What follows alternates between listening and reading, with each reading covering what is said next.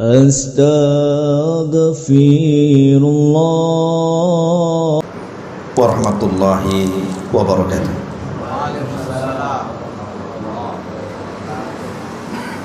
Alhamdulillah wassalatu wassalamu ala Rasulillah wa ala alihi wa sahbihi wa mawalah wa la hawla wa la quwata illa billahi wa ba'du. Hadirin dan hadirat yang dimuliakan Allah Subhanahu wa taala, tadinya kita akan mengkaji kitab tafsir yang biasa kita kaji, Suratul Lail, tapi waktu juga sudah 8:30. Nanti kalau mengaji tafsir otomatis juga sampai jam 10 kan gitu ya. Maka kita ganti saja temanya. Ada satu kisah di zaman Nabi Sallallahu Alaihi Wasallam. Nanti kisah ini kita akan ambil dan petik pelajarannya. Ketika Nabi Sallallahu Alaihi Wasallam melakukan hijrah bersama para sahabat, dan kemarin kita sudah tahu bahwa hijrah Rasul itu berada di bulan Rabiul Awal, bulan sekarang.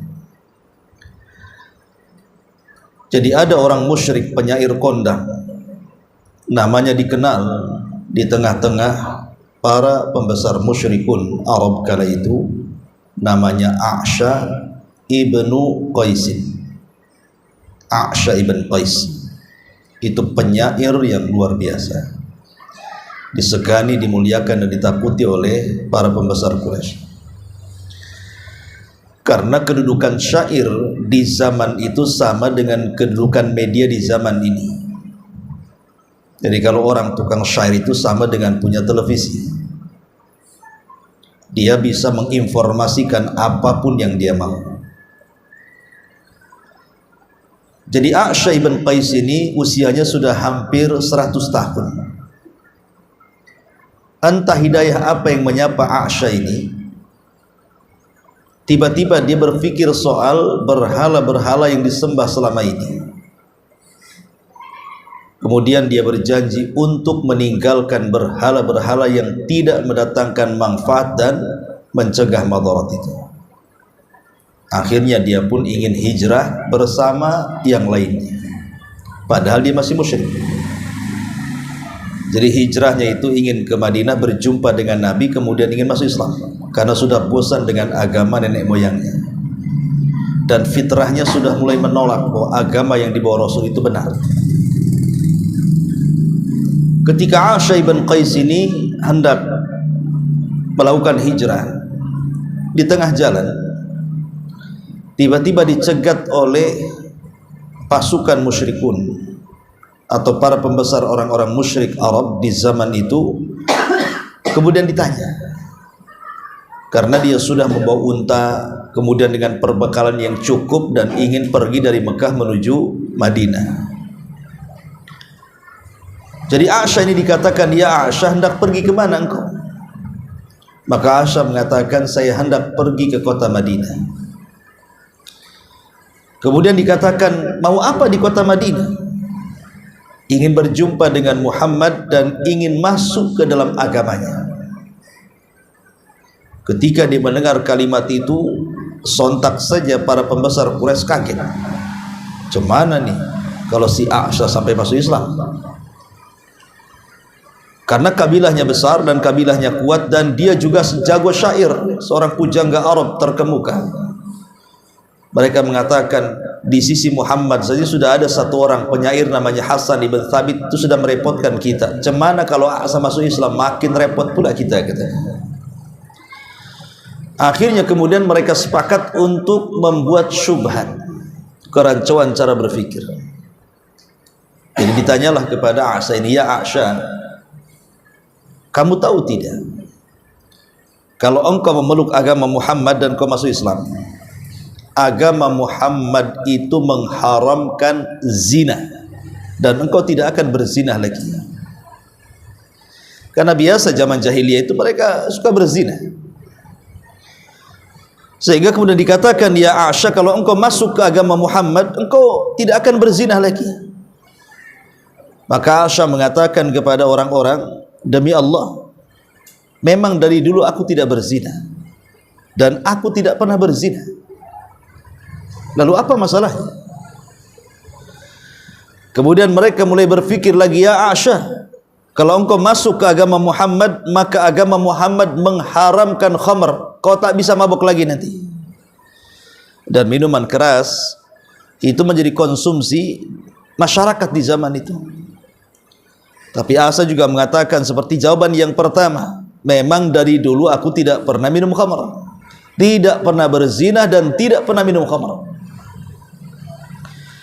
Akhirnya ketika mereka kehabisan bekal untuk bertanya, bahan sudah nggak ada lagi,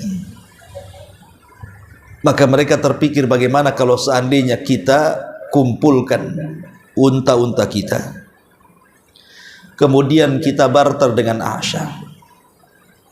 Kalau kita berhasil mengumpulkan 100 ekor unta, kita minta saja kepada Aisyah, jangan kau pergi ke Madinah, sebagai imbalannya kita kasih 100 ekor unta. Dan unta di zaman itu menunjukkan kekayaan. Makanya Nabi SAW selalu mencontohkan kalau seseorang itu melakukan amal soleh, itu pahalanya kadang-kadang dicontohkan dengan unta. Dan itu di banyak hadis. Seperti ketika Rasul bicara sedekah, itu juga bicara anak-anak unta ya. Kemudian ketika juga bicara tentang hidayah, kata Rasul, wahai Ali, siapa yang engkau berikan hidayah lantaran dirimu, kemudian dia mendapatkan hidayah, itu lebih baik daripada unta merah. Jadi unta itu kadang-kadang dibuat permisalan sama Nabi, ya, karena unta di zaman itu adalah harta yang paling berharga.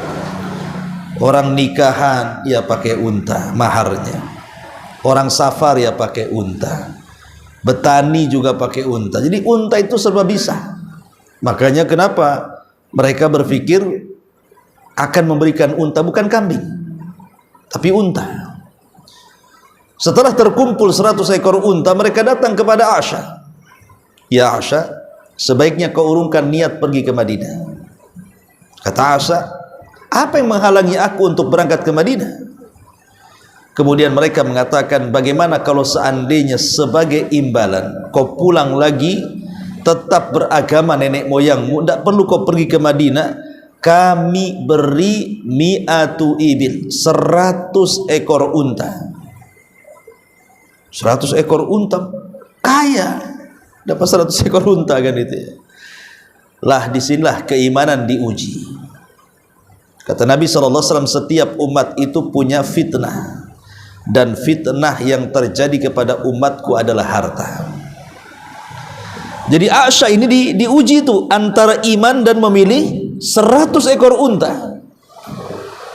Dibuat pilihan di sini, tetap mempertahankan hidayah, melanjutkan hijrah ke Madinah, atau pulang kembali membawa 100 ekor unta. Tapi Aisyah tidak bodoh. Dia mengatakan, mana untanya? Jangan-jangan kalian menipu saya, ngomong aja 100 ternyata tak ada pula untanya. Datangkan untanya. Maka mereka mengumpulkan urunan unta-unta mereka. Setelah dihitung dan betul 100 ekor, baru Aisyah pun yakin.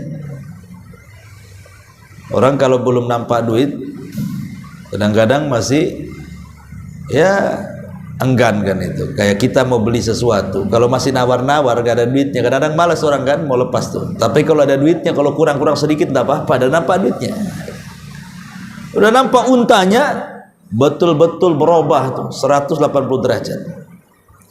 Dia mengatakan, saya setuju, saya tidak akan pergi ke Madinah, saya akan bawa unta-unta ini pulang ke kabilah. Subhanallah. Betul kata Nabi SAW apa? Yakburur rajulu wa qalbuhu syab bitulil amali wa hubbid dunya, atau kama qala Nabi sallallahu alaihi wasallam. Akan ada manusia-manusia tua tapi hatinya merasa muda karena kecintaan mereka kepada dunia dan panjangnya angan-angan mereka terhadap dunia. Jadi Rasul mengatakan, ada manusia-manusia itu sudah tua renta tapi hatinya kayak anak muda. Itu orang tua apa tuh namanya? Orang tua parlente atau apa tuh? Orang tua jadi-jadian, makin tua makin jadi, ya. Ada orang tua itu bergaya anak muda. Saya itu pernah juga jemput kawan dari Singapura. Di telepon memang suaranya kayak ada tua memang. Ya saya perkirakan sekitar 50 gitu kan. Rupanya sudah 72. Tapi penampilannya stylenya kayak anak muda. Levisnya, rantainya di sini. Semangat. Pakai rantainya, kacamata hitamnya, masya Allah luar biasa. Ada anak-anak muda itu hatinya kayak anak orang-orang tua itu hatinya kayak anak muda. Maksudnya apa? Orang tua yang hatinya kayak anak muda itu, ya tadi sudah tua tidak merasa cukup dengan dunia. Harusnya orang yang sudah tua itu, kata Imam Ibnu Hazm rahimahullahu taala, tinggal di masjid, memperbanyak zikir, banyak baca Quran, perbanyak sholat, karena waktu dia tidak lama. Bukan kemudian sibuk makin mengejar dunia, makin mengejar dunia. Saya pun heran kadang-kadang banyak orang-orang kaya itu yang usianya sudah di atas 60-70 tahun, bukannya berhenti dengan bisnisnya, yang ada saja sebenarnya sudah cukup bagi kehidupan dia. Dia buat lagi, nyabang lagi sana, nyabang lagi sini, nyabang lagi situ. Akhirnya sampai mati sibuklah dia membuat cabang tuh. Lalu apa coba gunanya harta itu? Kadang ada orang yang hartanya miliaran, kaya raya, tapi kalau ada orang miskin kemudian minta-minta, di dompet itu cuma dikasih mungkin 100.000, 200.000, tidak banding dengan kekayaannya. Padahal yang 100 itulah yang manfaat untuk dia. Yang miliaran di tangan dia di dunia itu untuk apa? Nanti jadi warisan ahli warisnya juga, ya. Makanya kemudian Aisyah ini diuji oleh Allah Subhanahu wa taala, mau tetap hijrah ke Madinah masuk Islam ataukah 100 ekor unta. Masya Allah, memang yang membolak-balikan hati itu Allah. Dia sudah tekad ingin masuk Islam, bisa berubah hatinya. Makanya kenapa Nabi SAW itu dalam sholat selalu membaca ya muqallibal qulub tsabbit qalbi ala ta'atik. Wahai zat yang membolak-balikan hati, tetapkan hatiku di atas ketaatan kepadamu. Sampai Ummu Salamah mengatakan, ya Rasulullah, aku melihat engkau selalu membaca doa itu. Ada apa dengan doa itu rahasianya? Maka Rasul mengatakan, celaka wahai Ummu Salamah, hati kita ini loh yang megang Allah. Terkadang Allah bisa menyesatkan sesaat, terkadang Allah bisa memberikan hidayah sesaat. Robah si Aisyah ini, dia lebih memilih 100 ekor unta, dan nampak untanya. Akhirnya dibawa balik itu unta. Ketika sampai di gerbang kabilah, dia mau pamer, dia sudah banyak untanya, dia jadi orang kaya. Allah takdirkan unta yang ditungganginya kakinya terperosok lubang, kemudian untanya terbanting, dia pun terbanting, dan Allah takdirkan dia meninggal. Lalu apa gunanya unta itu? Dia meninggal, su'ul khatimah. Coba kalau seandainya dia tetap menjalankan langkah kakinya menuju kota Madinah, kemudian masuk Islam dan meninggal dunia, maka dialah manusia paling beruntung. Tidak banyak ibadah tapi masuk surga. Karena Islam itu menghapus dosa-dosa sebelum Islam, kan begitu. Tapi orang ini tidak sempat masuk Islam, mati di atas kekufuran karena tergiur dan terfitnah dengan harta benda. Dan begitulah orang-orang kafir, kawan. Orang kafir itu kalau memurtadkan orang, maka dengan daya upaya mereka akan keluarkan misionaris-misionaris itu. Persis seperti yang dikatakan Quran. Innal ladzina kafaru yunfikuna amwalahum liyasuddu an sabilillahi fasayunfikunaha thumma takunu alaihim hasratan thumma yughlabun. Dan orang-orang kafir itu mereka rela menginfakkan harta-harta mereka untuk menghalang-halangi jalan Allah. Lah kalau orang kafir saja mereka sanggup mengeluarkan harta supaya menghalangi jalan Allah, coba bayangkan. Harusnya orang Islam juga harus gitu dong. Bisa mengeluarkan harta untuk menghalangi jalan-jalan kafir yang masuk ke dalam Islam. Karena kalau seandainya kayak kemarin tuh terjadi musibah, entah di Lombok waktu ada gempa, entah di Aceh, entah di Jogja, ya, yang kemudian banyak memakan jiwa, kemudian banyak juga yang tinggal di pengungsian. Kadang-kadang datang ke pengungsian itu orang-orang itu tuh bawa duit, bawa harta, bawa apa, dibujuknya untuk masuk agama mereka. Kemudian setelah viral kita ngamuk-ngamuk. Apa itu? Tak pandai mempertahankan agama. Masa itu aja bisa murtad? Lah kok bisa kita ngomong? Harusnya kita bantu dia supaya tidak dibantu orang kafir, kan begitu? Saya itu punya kawan di Thailand. Waktu saya dulu mengajar di Singapura itu, saya ada satu kawan di Thailand itu. Memang bahasa Melayunya agak susah dipahami, tapi saya komunikasi dengan bahasa Arab dengan dia, seorang ustadz. Jadi pahamlah. Jadi dia termasuk di Thailand, di Patani sana, penggerak orang-orang yang menyebarkan Islam ke pedalaman. Termasuk juga pedalaman yang di Thailand atau di perbatasan Thailand Malaysia. Jadi sudah saya tanya, sudah berapa orang yang kamu masukkan ke dalam Islam? Dia mengatakan, wah anda kehitung Ustaz, udah 1000 lebih mungkin. Karena sudah puluhan tahun dia bergerak di situ. Jadi saya penasaran, kok bisa ya orang-orang pedalaman itu, kok antum bisa bujuk, bisa masuk Islam, ini gimana ceritanya? Kok bisa gitu? Kata dia, enggak Ustaz, saya hanya pakai kartu nama katanya. Di sebelahnya nama saya dan alamat kantor, di sebelahnya ucapkanlah la ilaha illallah Muhammadur Rasulullah, kau akan selamat gitu. Masanya dengan kartu nama saja orang bisa masuk Islam? Nggak masuk akal saya kan begitu. Ya enggak lah Ustaz, saya selipkanlah kartu nama itu di beras, di minyak, di Indomie. Itu rahasianya. Jadi bukan kartu namanya yang buat dia masuk Islam orang pedalaman itu, karena setiap bulan dihantar beras, Indomie, minyak kan itu ya, dan kebutuhan-kebutuhan pokok dapur tuh. Akhirnya lambat laun warga-warga pedalaman tuh mau masuk Islam tuh. Coba ketika orang kafir mereka rela mengeluarkan harta benda mereka supaya manusia terhalang dari jalan Allah, seperti kisah A'sha ibn Qais ini, diberikan 100 ekor unta akhirnya tidak jadi masuk Islam. Harusnya orang Islam lebih daripada itulah supaya orang kafir bisa masuk Islam, atau minimalnya orang Islam jangan keluar kafir kan gitu. Karena orang kafir itu akan berbagai macam upaya untuk memurtadkan kita. Ma'asyiral muslimin wal muslimat rahimani wa rahimakumullah. Inilah A'sha ibn Qais. Lain A'sha, lain Dhamrah. Ada seorang sahabat namanya Dhamrah. Orangnya sudah tua juga, sama-sama tua. A'sha juga sudah tua, Dhamrah juga sudah tua, dan sakit-sakitan. Jadi ketika hijrah, Dhamrah ini dia sudah tidak sanggup jalan, sudah tua. Mekah Madinah jauh loh. Walaupun pakai unta nggak sanggup. Apalagi jalan kaki sejauh itu Mekah Madinah tuh. Anda yang pernah umrah tahulah dari Madinah ke Mekah itu jauh kali naik bus saja jauh, apalagi jalan kaki bisa berhari-hari. Ya. Akhirnya Dhamrah ini tidak ikut karena dia sakit dan sudah, walaupun sembuh sudah tua, tidak sanggup juga dia.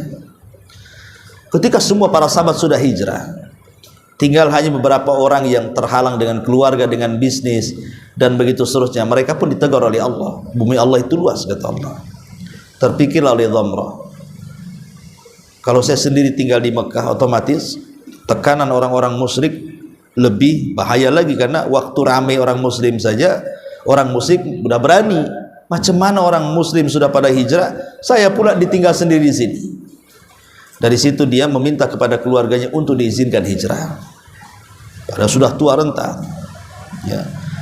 Akhirnya dia pun mempersiapkan untanya dan perbekalannya, berangkatlah dari Mekah ke Madinah. Ketika sampai di Tan'im, dari Mekah dan Madinah sampai di Tan'im, berarti belum jauh dari Mekah.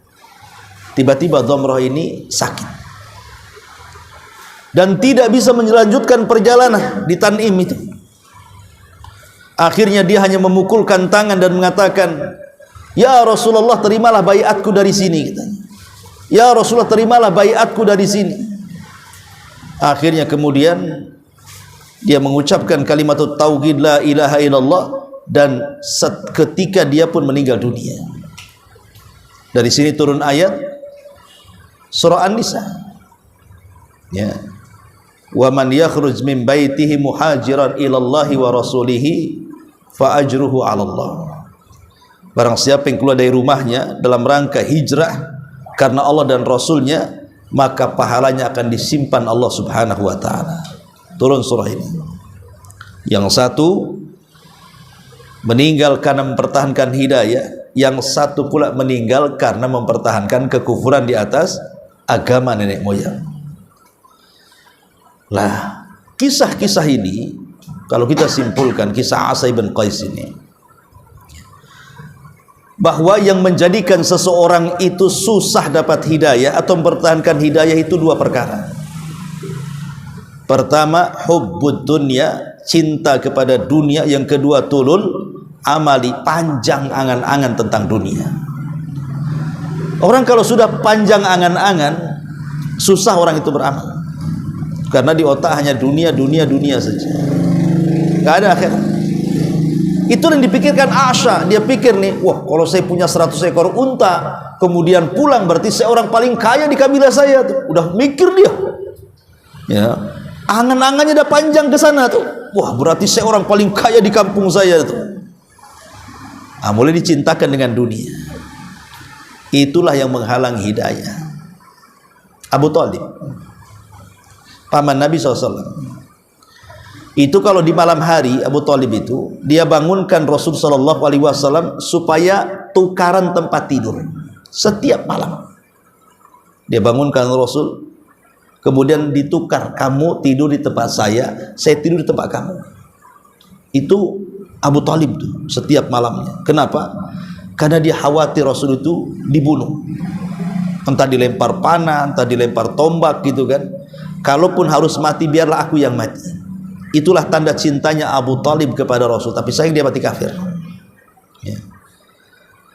Jadi sayangnya Abu Thalib luar biasa kepada Rasul, sampai dia menyerahkan jiwanya. Kenapa demikian? Sebenarnya Abu Thalib itu sebenarnya mengakui agama Rasul itu benar, karena ketika dia alasannya dalam sebuah syair yang ia kumandangkan itu, laula masabbati qaumin, kalau bukan karena aku takut celaan kaumku, katanya, lawajadtani, dan engkau akan mendapati aku di atas agama itu samhan mubina. Maksud di atas agama Muhammad itu sangat menerima, dan saya yakini itu agama benar. Tapi apa yang terjadi ketika dia sakaratul maut? Padahal dia sudah yakin agama Muhammad itu paling benar gitu ya. Makanya Ali putranya ketika masuk Islam dibiarkan sama Abu Thalib, tidak dilarang, karena dia tahu agama Muhammad lebih berakal dibandingkan agama orang-orang musyrik itu. Tapi walaupun demikian, hidayah milik Allah, hatinya sudah yakin agama Muhammad adalah agama yang paling benar. Tapi saat detik wafatnya apa terjadi? Rasul mengatakan, katakan wahai pamanku kalimat la ilaha illallah. Rupanya di samping Abu Thalib ada Abu Jahal, ada Umayyah ibn Rabi, ada Musayyib. Kemudian Abu Jahal mengatakan di telinga Abu Thalib, jangan kau katakan kalimat itu wahai Abu Thalib. Apakah kau benci agama moyang sehingga kau harus katakan kalimat itu? Akhirnya Rasul kadang-kadang melirik Rasul sebagai ponakannya, terkadang dia melirik Abu Jahal sebagai teman perjuangannya di zaman jahiliyah. Akhirnya dia mengatakan kepada Abu Jahal, tenang wahai Abu Jahal, aku tidak pernah melepas agama nenek moyangku. Dengan kalimat inilah Abu Thalib meninggal. Dia tidak mau mengucapkan kalimat la ilaha illallah, justru dia mengatakan dengan agama moyangku aku istiqomah, katanya. Dengan kalimat itu dia mati, sul khatimah.